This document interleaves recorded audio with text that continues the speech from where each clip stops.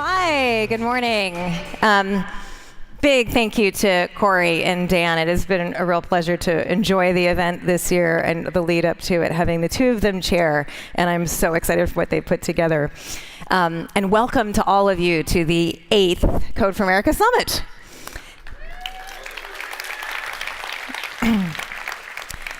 I really think this is such a remarkable event. It is every year. It is particularly this year because you come together from all over the country, and in fact, there are people here from all over the world. And you're here because you're trying to do something really hard and really important, and that's make government work as it should. There are people in government from 42 states, 196 cities, and about 10 different countries represented here, which is totally amazing to me. And I'd like to give a special welcome to start to all the public servants in the audience. Now, I know many of you have been public servants or will become public servants, hint, hint. But for those of you who are doing these incredibly difficult jobs today, I would just like you to raise your hand, and can we all give them a round of applause? Raise your hands. Raise your hands. Thank you. Awesome.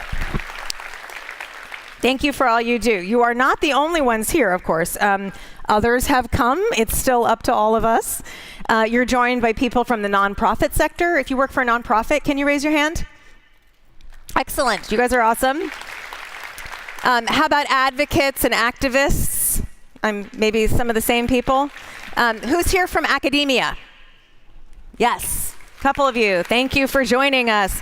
What about industry? We have the best people from the government contracting ecosystem here. Industry folks, welcome. You're the awesome. Last but not least, I'm sure there's others of you, but can we give a word welcome to all of the people from our amazing Code for America brigades? Raise your hands, people. Where are y'all? There you are. Yay. Excellent. Thank you, all of you. All 1,300 of you are going to make the next 2 days something really, really special. But the thing is that designing and delivering better government is really about more than the people that we have here today, or the people watching on the live stream, or even the about 10,000 people who've ever come together for this event. It's about more than even the tens and thousands of people who might identify as working in civic tech or public interest tech or digital government, or wherever your term of choice might be. The way of making government work that we are all gathered here to talk about is, let's be honest, still pretty far from the mainstream. There are 22 million people working in government across 30,000 jurisdictions in the US alone. And ultimately, we're going to need to welcome all of these colleagues into the fold. For this way of working to become the new way that government works for people, we need everybody to be part of this movement. We're going to need everyone in a big tent, this big tent. And that's actually what I want to talk about today, making a bigger tent and getting everyone into it. But before we fearlessly charge into the future of a bigger tent, I would like to look back for just a moment. A lot of you have shared with me how you got started in this work, what made you decide that you wanted to do things differently, or what made you want to help make government work better, be how you make your community better. I'd like to share a little bit about how I got started. I'm just going to pull up an email that I sent on July 27th, 2009. I sent this email to two colleagues about an event that I was helping produce. It was called the Gov 2.0 Summit. Not to be confused with the Code for America Summit, but actually there's a lot in common. It was just a while ago. So you can't read it, but I'm going to read it to you. There's the date, almost 10 years ago. I wrote to my colleagues, one of whom I'm now married to and is sitting in the front row. I had an inspiring weekend hanging out with Andrew Greenhill, who is chief of staff for the mayor of Tucson. He's in that space where he's just exasperated with how IT works in city government, and he sees there's a better way, and he feels compelled to figure out how to get it there, but he knows he's ill-equipped.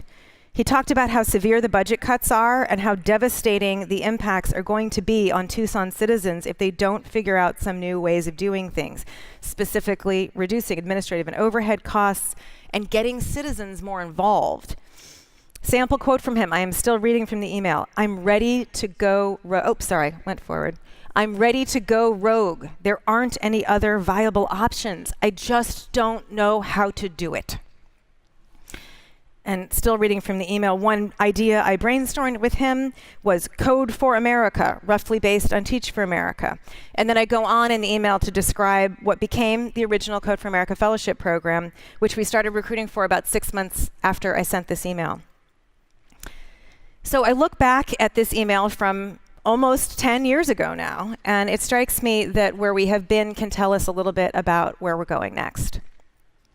As we move towards building a bigger tent, let's talk about what holds us back from doing that. And the first thing that comes to mind, of course, is that idea that we need to go rogue just to do the job that we're supposed to do, just to serve people through government in the way that we know that they should be served. Anyone here felt that? I know that some of you have, because you've told me that. You've told me that many times. It takes an enormous amount of courage to say that what we've always done may feel safe, but it's not going to get the job done. And it can feel like you're going rogue and that there's going to be hell to pay.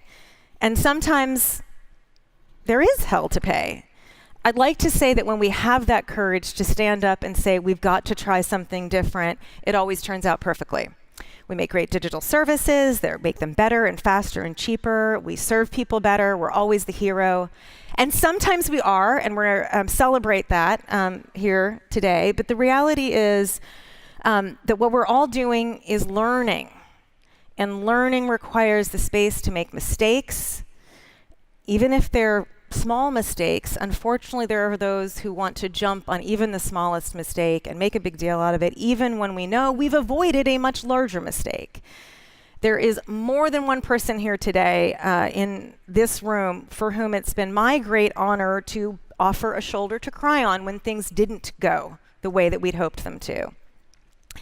And that is part of the work that we do together. And it's part of the real work to have that courage, continuing to do it, keeping going because you know it's the right thing, and you hope the next person will have to have a little bit less courage. That is courage on your part, and I really want to honor that.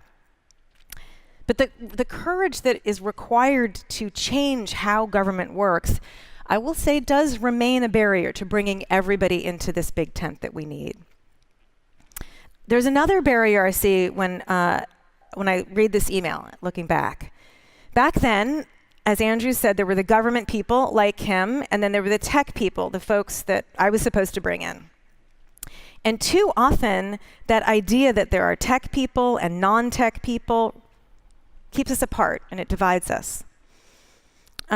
Really, there are just people. There are people who want to make this work. And it's really whoever shows up to drive change. That's what Andrew said to me. I want to be one of those. We need to support the people who self-identify as ready to drive change. It's anybody that wants to do that we need to welcome in. We are all part of this. And then when I move from looking back into the present today, I see more things that can make us hard to bring everybody into the tent.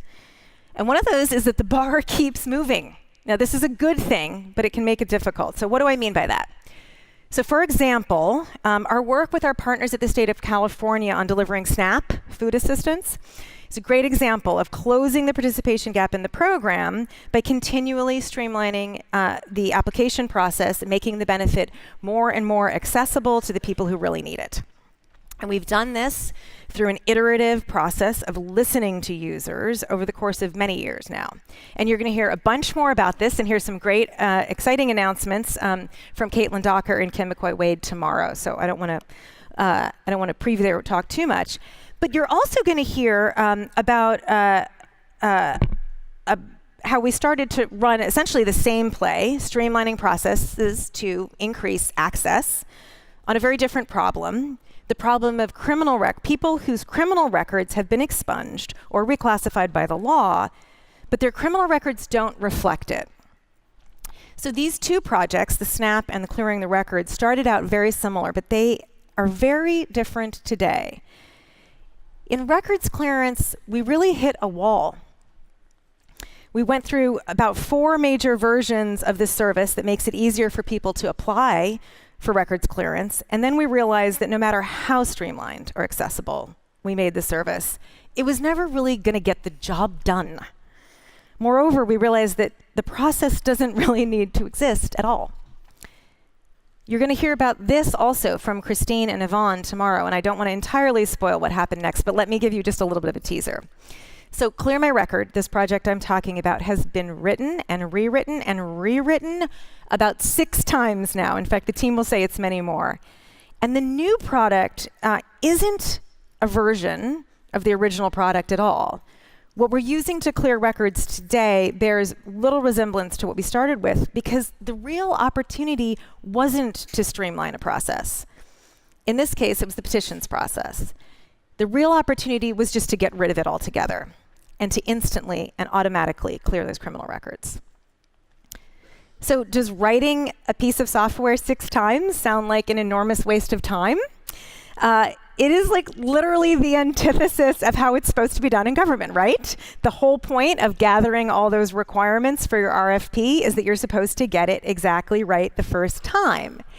And then you're supposed to live with whatever comes back for like 20 years.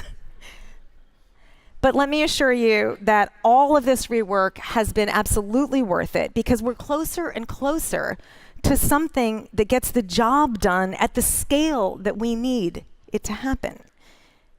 If we had built it once or twice or even 3 or 4 times, we'd have built something that makes a hard process a little bit better, and that's good. But ultimately, it wouldn't get the job done. Getting the job done means clearing all the eligible criminal records, as the law intended. Getting the job done is making sure that no one has to suffer the burden of a record years after voters and elected officials said they shouldn't have to.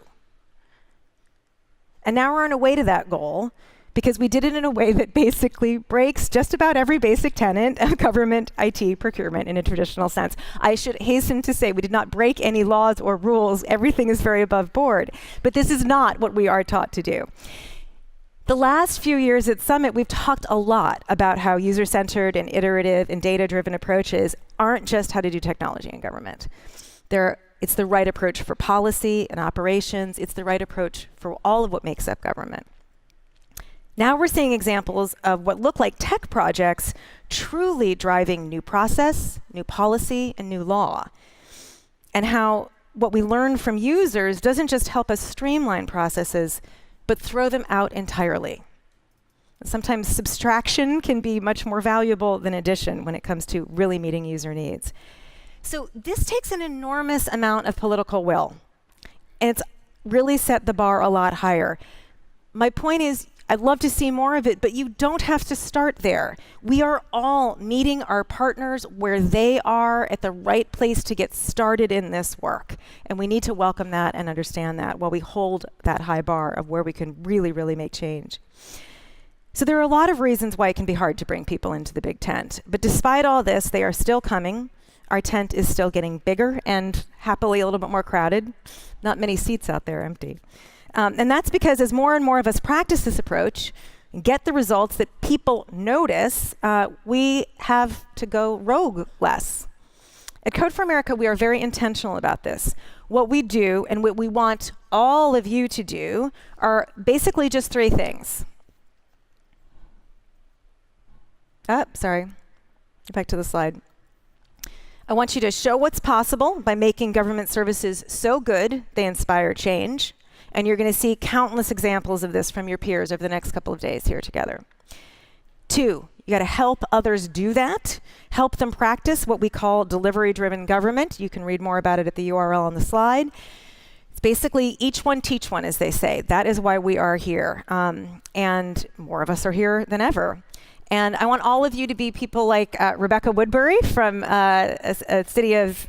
Yes, she must be here, from San Rafael. So I think Rebecca has brought more and more people to this event every single year. Thank you, Rebecca. People like Dave Wilkinson, who I think is bringing a whole cohort from the state of Connecticut here for the first time. Woo, Connecticut, San Rafael. So people like you are more than ambassadors for a way of thinking. You are actually exemplars of our third strategy. Number 3, build a movement of people who believe that government can work for people and are willing to make it real in their own lives and their own communities. Elevate and celebrate that work, and ultimately that brings us back to number 1, because then we have more examples of what's possible and we drive this flywheel together. So this flywheel, this virtuous cycle, is why, despite how hard we all know this work can be, we're still going to need a bigger tent. Now, many of you know that I announced a search for a new executive director to succeed me at Code for America last week. I want to thank all of you who responded to that news so generously and thoughtfully and positively. I'm really proud that the organization is at a place, it's in a position to merit new leadership. There's something so valuable there that it's worth resourcing it to take this energy to a greater scale and greater speed. Now, when people talk about succession in nonprofit, they often use that metaphor of handing off the baton, like in a relay race. For me, it's more like I'm moving to a new position on the field where I can play a different role in moving the ball towards the goal. I am definitely going to be handing off my job to an executive director, to be sure, but it's not so that I can go rest on the sidelines or run some other race. I am definitely looking for someone else to play quarterback, but I'm still going to be in the game. And you're still going to see me here next year. Thank you. And if you know me well, you know that the only thing I like better than a very half-baked sports metaphor, because I really don't actually understand sports at all, is mixing metaphors. So stay with me. For the foreseeable future, I tend to be playing that game right alongside all of you, but under an even bigger tent. So this change in my role is part of why I've spent some time recently looking back into old emails and things like that. But today and tomorrow, I want all of us together to look forward. We're going to look towards where this work goes next. We're going to look at what we can do to build a more fair, just, and equitable systems that govern us, and to whom we can bring into the tent to work with us and grow the movement. Especially all you people who are here for the first time. If you've been here for a number of events, please adopt a first-timer and make them feel welcome. Yes, we are going to need a bigger tent. We're going to fill it together, and we're going to make our government really work for all people. Because when I look around this room and I think about what this community represents, I could not be more excited and hopeful. My final words to you are, if we get that slide up, everyone is coming, but it's still up to us. Thank you.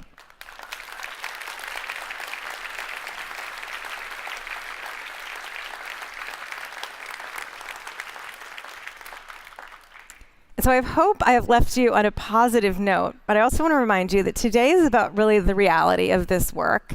And we have some tough realities to deal with. And our next speaker is going to talk about some of those tough realities, especially as it relates to cybersecurity and the erosion of trust and faith in media and a bunch of other topics that I know will all scare you, but give you all the tools that you need to handle these sometimes scary situations that we're in. Alex Stamos was formerly the Chief Information Security Officer at Yahoo and then at Facebook, when both of those places had to deal with a lot of big, scary things. And he's now doing work at Stanford to help everybody deal with this world that we live in today with some sanity and clarity about what to do next. So please welcome Alex.